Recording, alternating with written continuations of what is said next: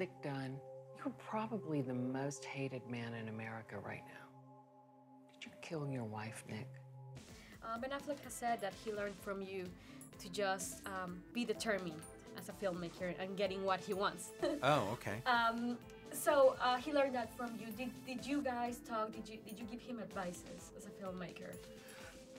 No, I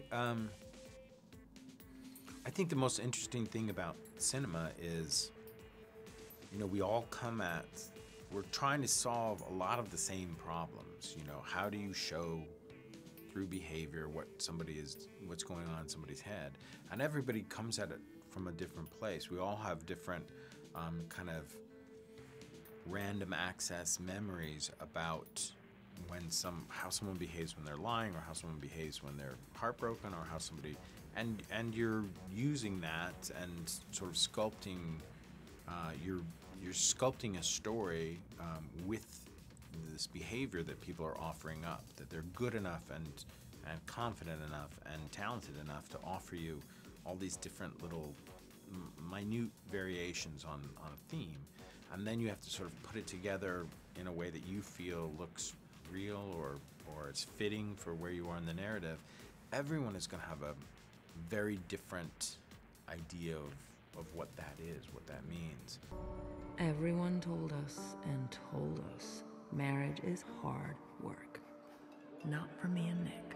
You know, that was the main thing. I mean, I learned how David makes movies, but it's not the process or where he puts the camera or how he does that.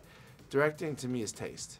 What do you think is interesting? My taste is different than David's. You know, he runs darker. He's more of a contrarian. He's a little crankier than I am. But what I picked up was the ability to sort of say, oh, look, this is how David might do it. So that when I'm doing a scene, I can think, how would Terrence Malick do it? How would David do it? You know, how would so-and-so do it? And those add, you know, just tools to your box. I think the fraternity of directors, you know, it's an odd group, and I think that I don't know how applicable, you know, my experience, you know, on 18 years ago or whatever it was I don't know what that would do for him, but I'm happy to, and I like, you know, I have friends who are directors, and we do enjoy sort of trading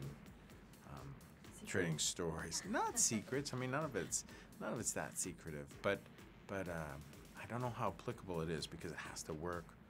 It has to work for you and your personal bent. You ever hear the expression, the simplest answer is often the correct one? Actually, I've never found that to be true.